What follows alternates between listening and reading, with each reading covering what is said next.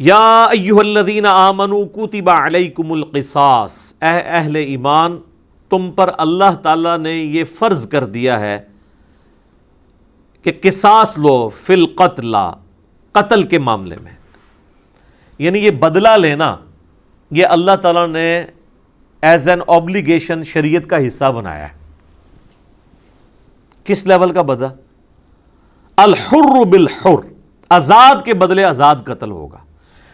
اب ظاہر اس وقت غلامی کا دور تھا، اگر کسی آزاد بندے نے کسی غلام کو مار دیا، اب جس نے مارا ہے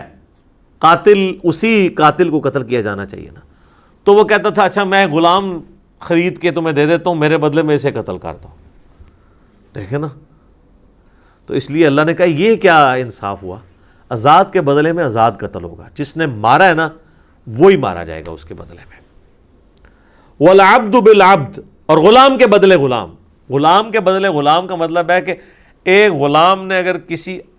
کو مار دیا ہے تو اس کے بدلے وہی غلام قتل ہوگا، یہ نہیں ہے کہ کوئی اور غلام۔ یہی تو ہم کہتے ہیں جو ہمارے یعنی ایکسٹرا جوڈیشل ایکٹیویٹیز کرنے والی تنظیمیں ہوتی ہیں، وہ جب کبھی غیر مسلموں کے اوپر حملہ کرتی ہیں تو وہ کہتے ہیں کہ جی ہم پلی یہ لے رہے ہیں کہ جو ہے وہ اس ملک نے فلاں جگہ اپنی فوجیں بھیجی ہیں تو ہم اس کے مقابلے پہ ان کے شہریوں کو نشانہ بنائیں گے۔ تو قرآن تو اس کی اجازت نہیں دے رہا، قرآن تو انڈیویجول لیول پہ بھی اجازت نہیں دے رہا کہ ایک بندے کے بدلے دوسرا بندہ قتل نہیں ہو سکتا، چہ جائے کہ امریکہ کہیں پہ فوج بھیج رہا ہے اور آپ امریکہ کے شہریوں کو مارنا شروع کر دیں، اس چیز کی کوئی اجازت نہیں ہے۔ وَالْأُنْثَى بِالْأُنْثَى، اور عورت کے بدلے عورت قتل ہوگی۔ یہ نہیں ہے کہ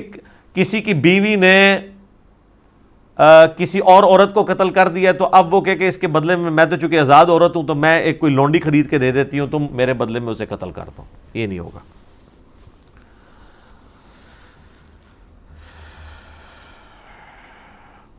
فَمَنْ عُفِيَ لَهُ مِنْ أَخِيهِ شَيْءٌ، اب ایک اللہ تعالیٰ ایک آپشن دے رہا ہے اس حوالے سے، پس جس کو معاف کی جائے اس کی بھائی یعنی مقتول کے وارث کی طرف سے کوئی چیز، فَاتِّبَاعٌ بِالْمَعْرُوفِ، تو اسے چاہیے کہ وہ طلب کر سکتا ہے، مقتول کا وارث جو ہے وہ طلب کر سکتا ہے کیا؟ وَأَدَاءٌ إِلَيْهِ بِإِحْسَانٍ، وہ کیا طلب کرے گا؟ دیت طلب کرے گا، اور وہ جو دیت طلب کرنا ہے وہ ہوگا دستور کے مطابق، یعنی اس کے لیے کوئی چیز مقرر نہیں کی گئی ہے۔ لیکن اگر آپ احادیث میں ہیں تو سنن ابی داؤد میں حدیث ہے کہ نبی علیہ السلام نے اپنے مبارک زمانے میں پہلے سے ایک دیے چل رہی تھی، اسی کو اسٹیبلش کیا ہے کہ 100 اونٹ دیے جائیں گے یا اس کی مالیت۔ سر 100 اونٹ آج کے بھی آپ دیکھ لیں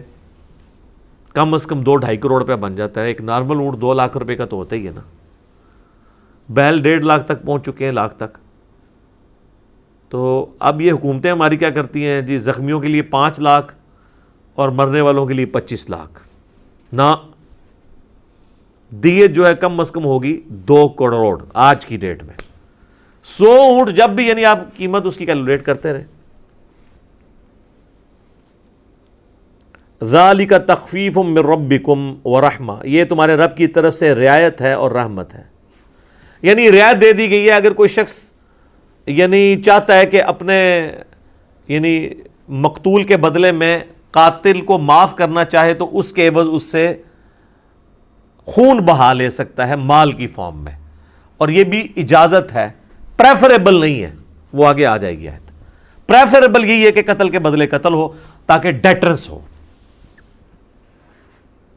تو یہ اللہ کی طرف سے ایک آسانی ہے اور رحمت ہے۔ فَمَنِ اعْتَدَىٰ بَعْدَ ذَلِكَ فَلَهُ عَذَابٌ أَلِيمٌ، تو جو کوئی زیادتی کرے اس کے بعد تو اس کے لیے ہے دردناک عذاب، وَلِعَوْذُ بِاللَّهِ تَعَالَى۔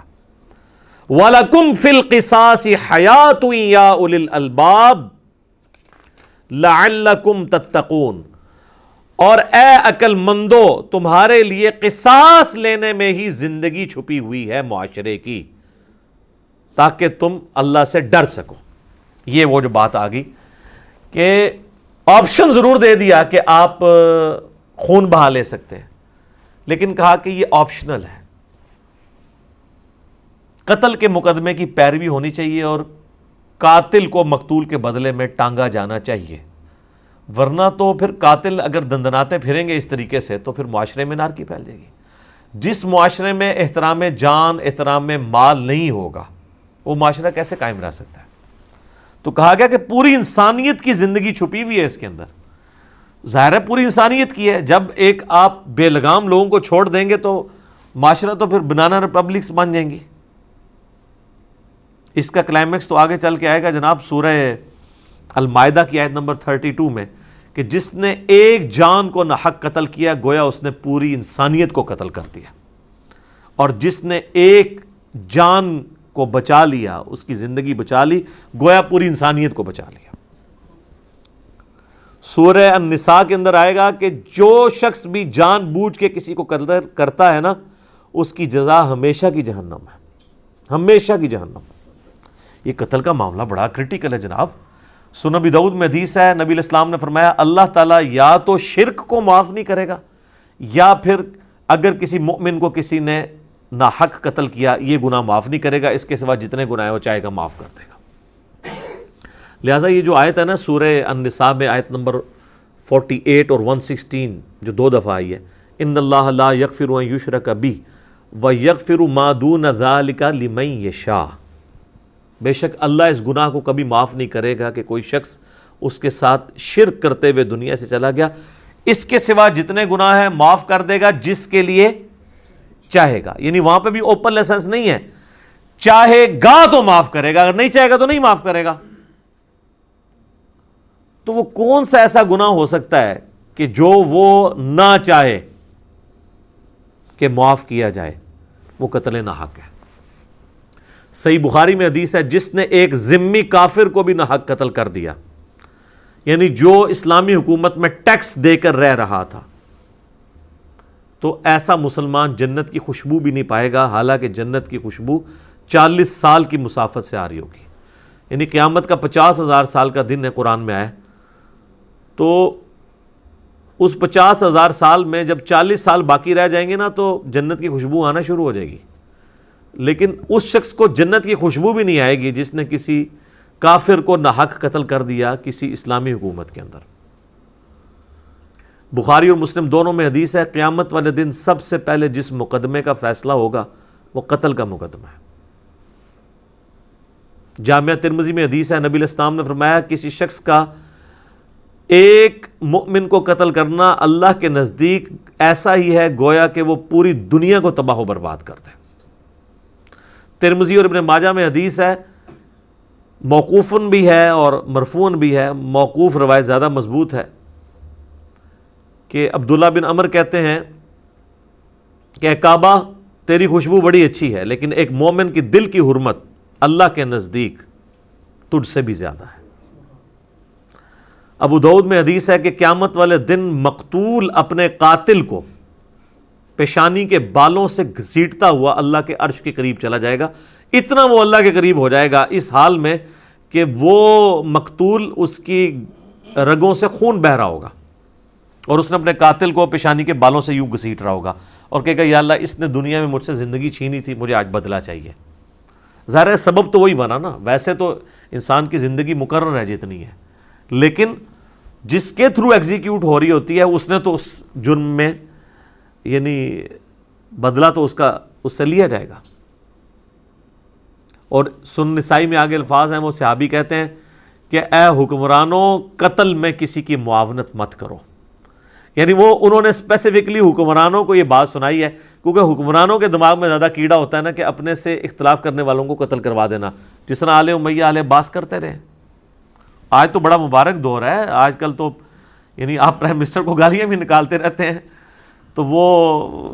کوئی نہیں مارا جاتا بندہ، لیکن جب بادشاہت کا دور تھا اس وقت تو وہ اختلاف رائے پہ بھی قتل کر دیتے تھے۔ تو قتل کے اوپر معاونت نہ کرو، یعنی جو حکمران ہیں ان سے پوچھا جائے گا ایکسٹرا جوڈیشل کلنگ، ماورائے عدالت قتل کے اوپر، یہ بہت سینسٹیو ایشو ہے، لوگ اسے بڑا ہلکا جان رہے ہوتے ہیں، لیکن اللہ تعالیٰ کے حضور یہ بہت ہی سخت معاملہ ہے۔ بولے اعوذ باللہ تعالی، اللہ تعالیٰ ہمیں محفوظ رکھے اس معاملے میں، آمین ثم آمین۔